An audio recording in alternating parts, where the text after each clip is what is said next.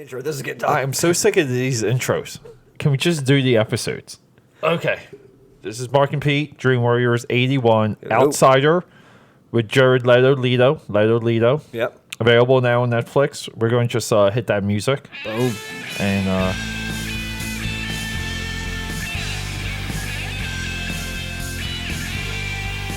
so somewhere along there, we have an intro. Yeah. But before we proceed, what's your Instagram handle, Mark? Since it's newly created. It is Iwani85. Oh, is that what you ended up with? Nice. My IG is AKAPAD13. You can find AKAPAD on Snap and Twitter, AKAPAD.com. AKAPAD's everywhere. PETERADELUCA on Facebook. That's my business page. You can just search AKAPAD and you'll find me on the Google. And other things too. And you'll find some backlinks for my stuff. We'll find things. I've attached myself to all Peter's handles. We'll find things about Mark. And then through my other net, my Octopus Reach, there's T-shirts available. There's Etsy stores, design services, and original designs just available like all over the place.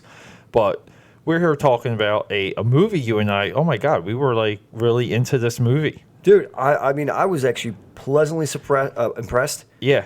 And I say suppressed because they suppressed this movie because Netflix didn't even like... Impressed. No, they just, again, it was like another dump. Yeah. Like, I saw the trailer, and I think a week later it was available. Don't you feel I think like it dropped they could on do like a Sunday. Don't you think they could do a better job, though, of like, so they have suggestions based off of what you watch, but then don't you think they should have another drop down of, like, newly added... Like in whether it's in the genre, whether it's just not very organized to me. Yeah, well, because you find these, and I might see them, but I don't. Well, half the time I don't. Netflix always had newly available, and they had newly released. They had new arrivals. New arrivals, but they also had newly available.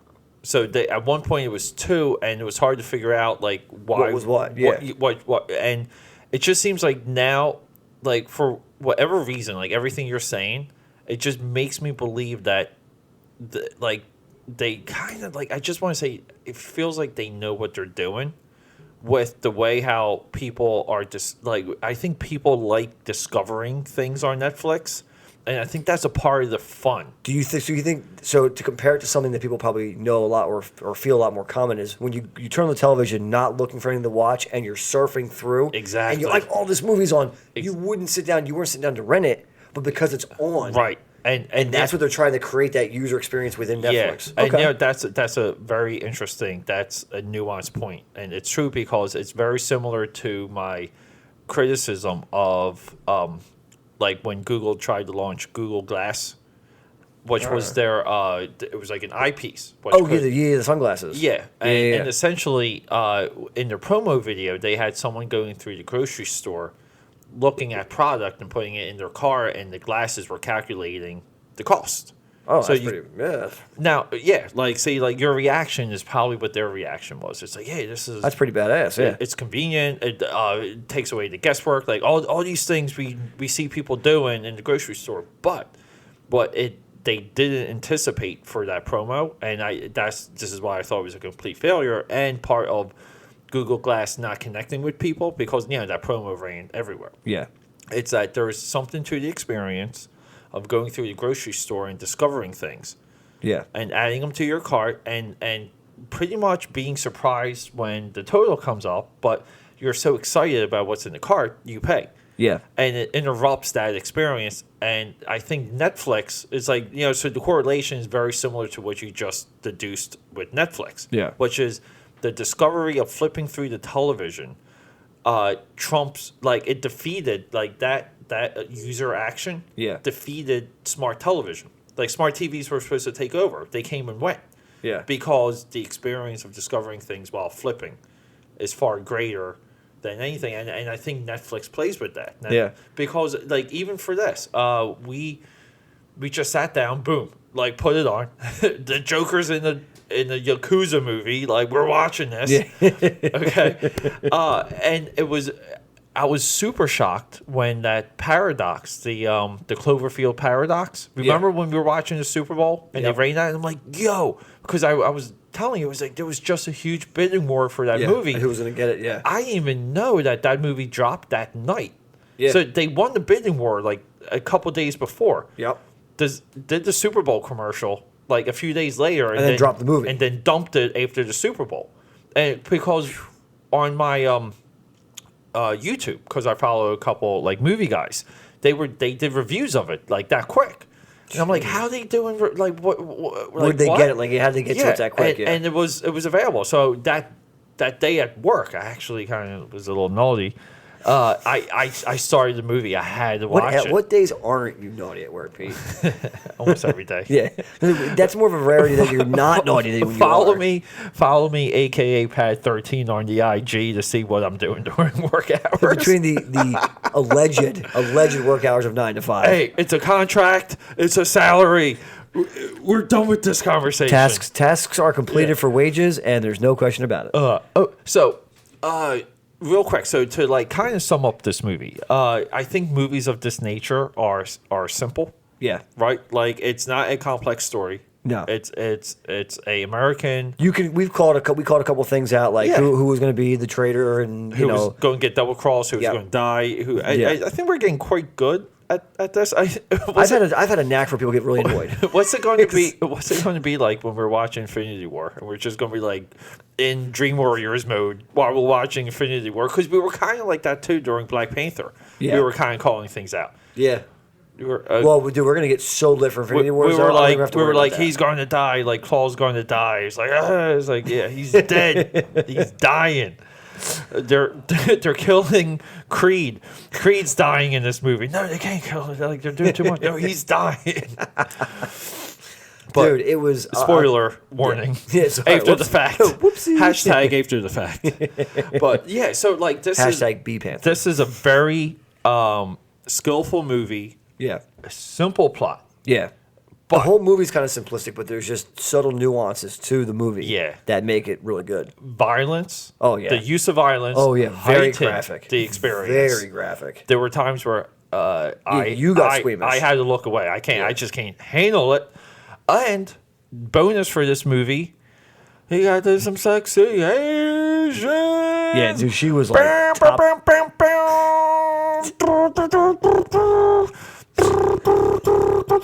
waiting for Mark to leave. Mark, dude, it not only was it a sexy Asian. Take a 45-minute walk. We take a nap in your car and come back. Yeah. I'm going to have to go, dude. But there was like a plug for tattoos too, because they kept talking about these tattoos and stuff. I'm like, and it was like a period piece ahead of its time because tattoos are a big thing again, and this is supposed to be like stacked in the 50s, like post World War II. Yeah, and the thing I liked about this is the use of the tattoos, because usually when you do like criminal or crime driven movies, there almost like needs to be a whimsical factor of the criminal world. Yeah, like something of whimsy, and but for them it's not whimsy. Like it's whimsy to outside people, but to the criminals it's a normal part of their culture. But to us it would be like, wow, wouldn't it be cool to be like a part of that and having to get cool back tattoos and like all of this stuff and Yakuza. Yeah, and I think that is even like an element that's we've seen in Goodfellas, Godfather, and Sopranos, but the way that we see it is a little bit more subtle. Yeah. See, like tattoos, period, are just in your face. They're not. There's no way a tattoo could ever be subtle. Yeah, but in those movies and the Sopranos, it's like, well, what are they doing? They're hanging out at the sandwich shop. They're eating like food all day. They're they're in this like, again, like whimsy type lifestyle that you just want to be a part of, but they're criminals, and I think people that understand crime elements in movies, they have to add that because it makes the criminals appealing. Otherwise, we're just dealing with pieces of trash, and you're never going to root for a piece of trash. Yeah, but somehow in like a structure that we admire or well, and it's the allure of not playing by the rules and yet being successful. So like you're still a certain level of success outside of the confines of society that they're living in. So they're interspersed with all these other regular people, but you never see them with, like, very rare are they with other regular people. Yeah. They're always with each other, and they're always moving, like, in this subset society that people know is there, and they don't, like, they acknowledge it when they have to. Yeah. But And it's appealing to, like, see it. And that's so the story's super simple. Yeah. I think the characterization, where we are, we know where each one of these characters are at all points of the movies. I think You mean the country they're in? Yeah. No, I just They're mean all on this I just island. mean like what the stakes are and what's happening. Okay. But I know that was a geographical pun. yeah, most of Mark's puns fall flat. For someone that loves comedians as much as you, I'm. Well, there's a reason why I love comedians, why I'm not a comedian. I'm shocked you haven't deconstructed the method of jokes. But no, Well, I have, but I don't want to. You're like, I have. One of my jokes always bomb, but no, just shut up. I do the reverse quality method. I go through like 90% trash and like 10% gold. So when I say, people are like, "Oh my god, that's so funny." Yeah. Mark's like, I constantly rehearse lines so I have 4 that work. Yeah. But I can't be around you for too long. Yeah. You're going to know they're coming. I got to pull the Costanza. I'm like, all right, have a great night. I'll see you guys later. Right, yeah. Got to end on a high note. But so this movie, super simple story. And stuff is explained though too. Yeah. Part of it, like they explain what needs explaining, and the stuff that doesn't need explaining doesn't have any major role in it. Yeah. Well, no. So you don't need to know. There's no reason that you need to know why the one boss of the one family is old and the other guy's young. Yeah. They allude to the fact that the other boss died and it was his dad. Yeah. And he took over. But that's fine because even if you don't even know that and you didn't pick that up watching the movie, right, it doesn't affect it at all. Exactly. There's no big deal. I think this movie has 2 to 3 viewings in it easily. I think understanding the story for this movie is for the better because I think if you know the story and every time you go into it, I think there's a lot to pick apart. There's a lot to learn. Yeah. This essentially is a foreign movie. Oh, yeah. Just starring the Joker. They put the Joker in it. Well, and there's another cameo by another decent actor. Yeah. And, I don't want to, give a spoiler. Spoil too much, but this movie. But it's a unique interaction between the two of them, and he plays a good role. Like, he plays the role of that character pretty well. Yeah. 100%. Yeah, and dude, I love it. I love that this movie, it really kind of peeled back layers. It is more. This is more of a filmmaker's, like a veteran, an experienced filmmaker's movie. I think that's how they got Jared involved. Yeah, like that's how the. Plus, he's a unique.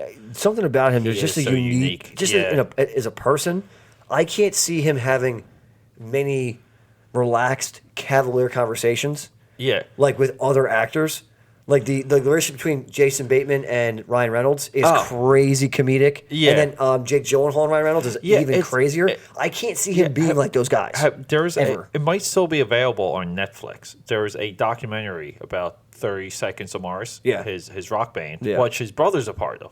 And, and I've only seen it once, but I'm pretty sure he pushed his brother to be a part of that band, and his brother was like in drug problem, like 30 Seconds saved his brother. Oh, instead of pushing him to drugs, actually pulled him out of it. Yeah, because it was something for him to pour everything into. Yeah, pour himself into. Okay, but which is funny because the rock and roll world usually puts you into drugs. Yeah, but that's and alcohol. And all that stuff. And that's a little bit what I'm getting at. To where I think that's where this dude is so unique. Oh yeah. To where I think he reverses the stigma of what the industry usually has been about for so many years. And I kind of want to say it's a little bit of like James Franco-ish, where Franco it's really hard to pinpoint him because he does comedy so well, he does drama, he writes books, he does art, he's poetry, all over the place. He comes from this family that are kind of well off, but him and his brother both excel now. Yeah. Because his brother, from 21 Jump Street. 22 Jump Street, too. I love him in that. I love him. And 22 Jump Street in the jail scenes. Yeah, I love him in those movies.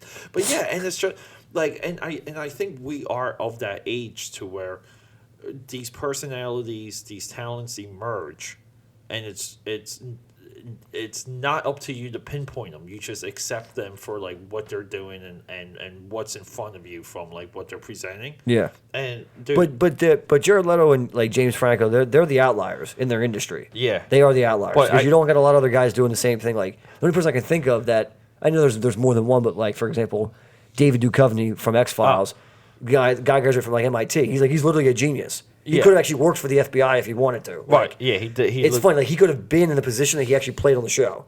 Yeah. He could. Yeah. He could be that guy. But I think this movie having Jared involved, being on Netflix and understanding the way how Netflix is forcibly taking they're just taking it from the studios. Yeah. Like they're saying, look, just give us your Star Wars, like give us your Marvel movies because it's over.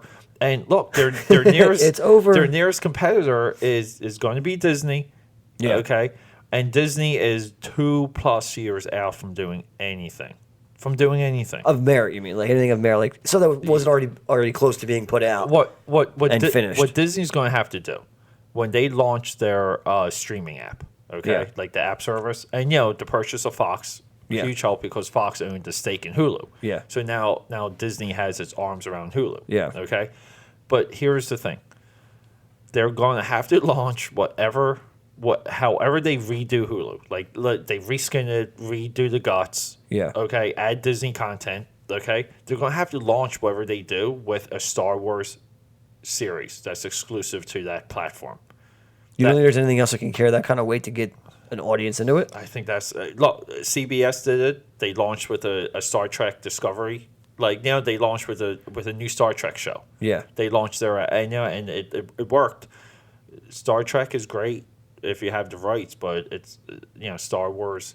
Yeah, Star Wars is bigger. Star Wars, or they're gonna have to do something with the Marvel. They're gonna have, if Marvel's hot in 2 years, which I kind of see it on the downstroke.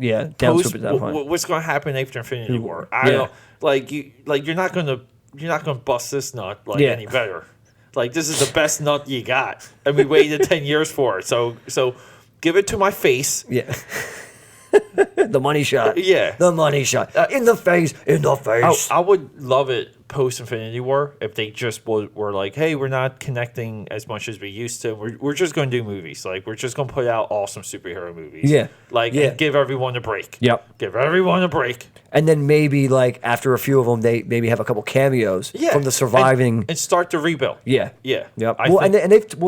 They've alluded to that in certain interviews. They have. Last year saying, like, what's Marvel going to look like post Infinity Wars? Because now we see what you're doing, and we know people are dying in this movie. You don't know who but people are either losing powers or straight up dying. I want massive death in this movie. Dude, I think it's going to be... I want wholesale. I want him to rip the Falcon into... I want the Falcon to die. I want Black Widow to die. I want Hawkeye to die. I'm sick of the Vision. Kill him too. Dude, well, that's the one that's the only one because of the trailer that you feel like he is going to... Because the gem is a part of him, but he humanizes in the movie, so you don't know. Like, dude, I think they're smarter than that. I think they teetered that on purpose. They know so much. Dude, like they even knew exactly how to cut that Black Panther trailer where you really had no sense of what that movie was about. Yeah. It was just kind of like city, jumping, car, ripping the tire off. Crazy. We're in Africa. Someone's challenging his power. Cue the title. But that's it. Like, and that's it. Yeah. Dude, I'm calling it right now. I think Winter Soldier dies in Infinity War. You think? The White Wolf? Yeah. I think White Wolf dies. I'm kind of hoping he lives and he gets a White Wolf movie, and then that'll be their first straight cinematic universe character to get his own movie. Like White Wolf never really was like in the comics. Like now this is something I think that's a little bit what they're going to try and do. I think we're going to get new things. But you think they're going to have the balls to do that though? With that kind of a move? They have to do something. Yeah. Because like they tapped the well in so many of their bigger storylines already. Now, look, here's the thing. But that has to get greenlit though. Yeah. Disney has to pull the trigger and say, hey, we're gonna take this huge chance after Infinity Wars is dismantles everything. Yeah, so here's the thing. I don't know, so man. That's a big. Previously, when we were discussing, and this is something like this is one of the worst pieces of bad information that we talked about. But I was under the impression that they cut production of the Dark Phoenix movie, which is the new X-Men. It's not. Like, it's actually coming out. They're still making it. They're doing these things. Yeah. So that was where I was wrong. So when that comes out, and we're going to get Deadpool 2. Yeah. Now, at that point, like, it looks like they're letting Fox handle the X-Men movies. But that's their ace. It is if post-Infinity War, like, the whole focus can go on their version of the X-Men. Because now Marvel has the X-Men again. Yeah. And they can do their version of the X-Men, and they can do something else now with Fantastic Four. But what about this? All right, so hold on, let me throw this in the mix. Yeah. So you got Dark Phoenix as an X-Men character. You know, that's Jean Grey. What about the initiation or the restarting of the Dark World with the Mummy? The redo of the Mummy with Tom Cruise. Because that's Universal, right? Well, that's Universal. Yeah, that's a different studio. But I'm saying, that's still it's still under the umbrella though of. I thought Universal was under the umbrella of Fox. No, Universal is Comcast. Oh, that's right. Yeah. Oh, that's right. But the thing is, though, I keep forgetting that. But for whatever reason, and this is why I was very vocal about the Mummy. People thought that movie was supposed to be like Black Panther level or whatever. Okay, the Mummy made money. This and that. I thought it set things up in that universe perfectly. Yeah. But they relied so heavily on the reaction for that it's all up in the air. Like we don't even know if they're making the other movies. Which is crazy. I'd really want to see, because I mean they did do a good job of Wolfman with Benicio del Toro and Anthony Hopkins, but I'm not against another remake of the Wolfman. Like I think they should keep going with this and put their faith in their in the people that conceived it, which is kind of like Team Tom Cruise. But like let these dude. They did magic with Mission Impossible after. Like, Mission Impossible 2 was a huge disappointment. Yeah. Like, even though I loved it, but it was a huge disappointment, and they brought in a different team that set this tone for that third movie. Yeah. And it's been skyrocketing up now. Now, dude, now Fallout's going to be sick. Dude, Fallout, I can't wait for that freaking movie. And this is the thing. What a great subtitle, too. I know I keep saying it. Like, great subtitle. And even with the fact where even when you look at like the Bond movies, how like they build with different villains, and they bring it together, and they Spectre, and they explain from Casino stuff. Royale to Spectre is a 5 or 4 movie arc. I want to say 4. I think it's 4, right? I think it's 4. Yeah. It's Casino, Quantum, Skyfall, Spectre. Yeah. Okay. So 4. Yeah. Which is a lot. I mean, that's like it's enough, but it's not too 5 hours. much. Yeah. Oh, easily. Yeah. Yeah. But same thing. Like they are bringing stuff like, so they do the background for Jeremy Renner's character in when they're in Dubai, and they're going through like what happens and how he knows him and why it's something's up. Like, you don't know what it is, but something's up. Yeah. And they get through that, and then they go to the next mission, and they keep building stuff. And now they all have these relationships. They brought Ving Rhames back into it with the last one with Revelation. Yeah. Oh yeah. Yes. So now you got his characters back in it. So now they've got another character they bring in, and then they got the chick. Yeah. They show in the teaser for Fall that she's in it again. Like, they find her again. And they kind of like, it looked like they totally wrote her off, but they kind of did the thing where they brought her back in. Yeah, where like he sees her on the dock. Yeah, so like, look, the things that they did with Mission Impossible, the stuff that they did with Fast and Furious. Yeah. Why can't, like, you set so much up in that Tom Cruise Mummy movie. Yeah, dude. That you can do the similar run, and people forget people love Fast and Furious, but they forget 2 and 3. Yeah. 2 and 3 like barely did enough to get sequels or whatever. 3 was a big experiment in that franchise. Yep. And they were like, hey, we're going crazy. We're going in this crazy different direction, and we'll figure it out later. Yeah. Like, we'll figure out how to bring it back. We're going to connect them all. Yeah. And even at that point, no one was expecting that. And people were like, you give Han like a spotlight role, like, and then some dude that no one's ever heard of, and he's not tied to the group for any other reason. And Jason Statham kills him like 5 movies later. And you're like, what the F? Yeah. I don't care. I didn't even see that coming. Yeah. I thought it was a random car accident. They just wasn't paying attention. Yeah, and dude, like and now we have a spin-off of that. We got Statham and The Rock. They signed on to 1 or 2 movies, I think, for that. Yeah, I mean, look, cycling back to Infinity War. Yeah. Here's how I want that movie to end. I want Thanos to kill everyone.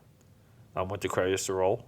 I want the next movie to begin with Thanos versus The Rock. And Kevin Hart. Winner takes all. And then The Rock beats Thanos. In an arm wrestling match. Gets the gauntlet. With the gauntlet. And then creates a universe in like his image. A WWE universe. Right. Okay. And this is now the new Marvel universe. Is The Rock. Dude, the Rock is like the physical manifestation of Thanos. He's bald. He's yoked up. They look alike, right? Yeah. With the new redesign. The only thing is the Rock's jaw's more chiseled, where Thanos is wider. Right. And it's got lines in it. That's it. Dude, that's all it is. That's really all it is. Dude, 100%. But no, it's actually a perfect blend of Hulk and the Rock. Yes. Like it really kind of is. Like you know. Well, I just love how they did like. They found a way to make Thanos almost like more attractive, more sexy by ripping off his sleeves and taking off his helmet piece, and he's just like he's not as alien looking, right? Like he's alien in color, but he's like not. It's kind of like the with not Nebula, who the green chick in Guardians. What's her name? Gamora. Gamora. Yeah. So like they humanized her look. Yes. Even though she's green. Exactly. So she still looks... Yeah, where like, if you saw that girl while you're out, you were like, I will make the sacrifice. you weird green lady. It's like the chick in the beginning, I thought you were down there. And she had like crazy, like she was like orange. Yeah. Like an orange with like cat eyes. I forgot you were there. Yeah. Oh, I'm sorry, I forgot you were here. Yeah. But no. Getting back to this movie, Outsider. Yeah. Watch it. Just watch this movie. Be open. Be ready for some gore. Yeah, it's not all the time, but there's a couple of scenes that are just like, whoa. This is a movie that clean up aisle 5. I think this was a perfected version. I'm going to throw a movie out there. It's called Year of the Dragon with Mickey Rourke. I think it came out in 82, 80. I think it was 83 or 84. Okay. This movie is that. Year of the Dragon took place in America. Like, in America in the 80s. So, like, we have a little bit of that. Yeah. But the story is nearly mirrored. Now, the problem, though, is that Year of the Dragon was always highly criticized. And I'm pretty sure it's a Oliver Stone movie. Yeah. Written, directed by Oliver Stone. The ending was botched. Yeah. It's a little bit of Hollywood lore and filmmaking lore that this Year of the Dragon movie botched the ending. This movie, though, we were trying to figure out what the ending was going to be. We were saying, like, he's going to have to kill his way out, or he's going to die, and she's going to get away. Like, we were trying to deconstruct the ending. I think once or twice, stopping the movie to kind of say what we wanted to say as we were watching it. I think this movie nails the ending. Yep. Which is the hardest thing to do in movies. And I will tell you, these Netflix movies, The Ritual, Chris and I watched Drifter. These Netflix movies, one by one, even the Bushwick, nailing the Invitation, also on Netflix, nailing the endings. Okay, now some of these are Netflix exclusive, and some of them are available on Netflix. Yeah, it doesn't matter. If we're almost in an age where the filmmakers are that intelligent to the audience, and they know the right touch, where to leave it, and the over-explaining. Like the Jurassic Park 3 ending, the War of the Worlds ending, where Tom Cruise, where it's like, oh, like everyone's going to be happy and rescued. And it's like, no, like we don't have to go there anymore. Yeah. Because and I feel there's the age of doing the expected ending isn't there anymore. So like what you expect to happen, more often than not now, isn't what happens. Yeah. And they have way more room now to come up with an ending. Yeah, and you know what? It doesn't have to go because they're like, oh wow, we don't have to stick to this parameter because people aren't responding to those types of endings now in movies. I think even to reference Black Panther. Oh yeah, perfect ending. Yeah, to where like that movie establishes the mythology, moves it all forward. Yep. And does it backlogs what kind of happened. Yeah. And I think it re-explained a little bit what happened during that movie. I'll say this. I'll put it on record. We're in an age of some of the greatest movie endings ever. Oh yeah. And I mean, there's already some classic movie endings out there which we don't have to go through. I don't think we need to, but yeah, there's the content of the movies coming out now, coupled with the awesome endings, is unparalleled in movie history. And that's what makes Dream Warriors cool. Because we got so much to talk about. We're pinpointing these trend-setting things that no one really thinks about. Oh, we're doing it. How's that feel? Pete, why are you eating the microphone? I'm kind of hungry. I know, actually, I could eat right now. Too. I only had 4 mini tacos. Oh. Yeah, Mark, hit the spot, but now it's like Mark has no idea how to feed himself. No, I do. Another recurring theme. Mark has no idea how to feed himself. I do, but it's like what I stuck to for so many years at work now doesn't work anymore. And I'm like, it's weird. You know what you should have did? What I did today. I went to McDonald's. I spent $13. Okay, and I ate till I was full, which is 1 triple cheeseburger, 1 large fry, and 6 tenders. And I love how like I'm getting on a call for a nutrition consult and meal breaks out 50 minutes. And speaking of that, Mark's got the business to get to. We're going to sign off. We're going to start to run that music right now. Oh yeah. We'll catch you later. Another one signing off. Let's rock and roll. Everyone have a good day, night, evening. Bingo, bango, bongo. Pet your dog for me.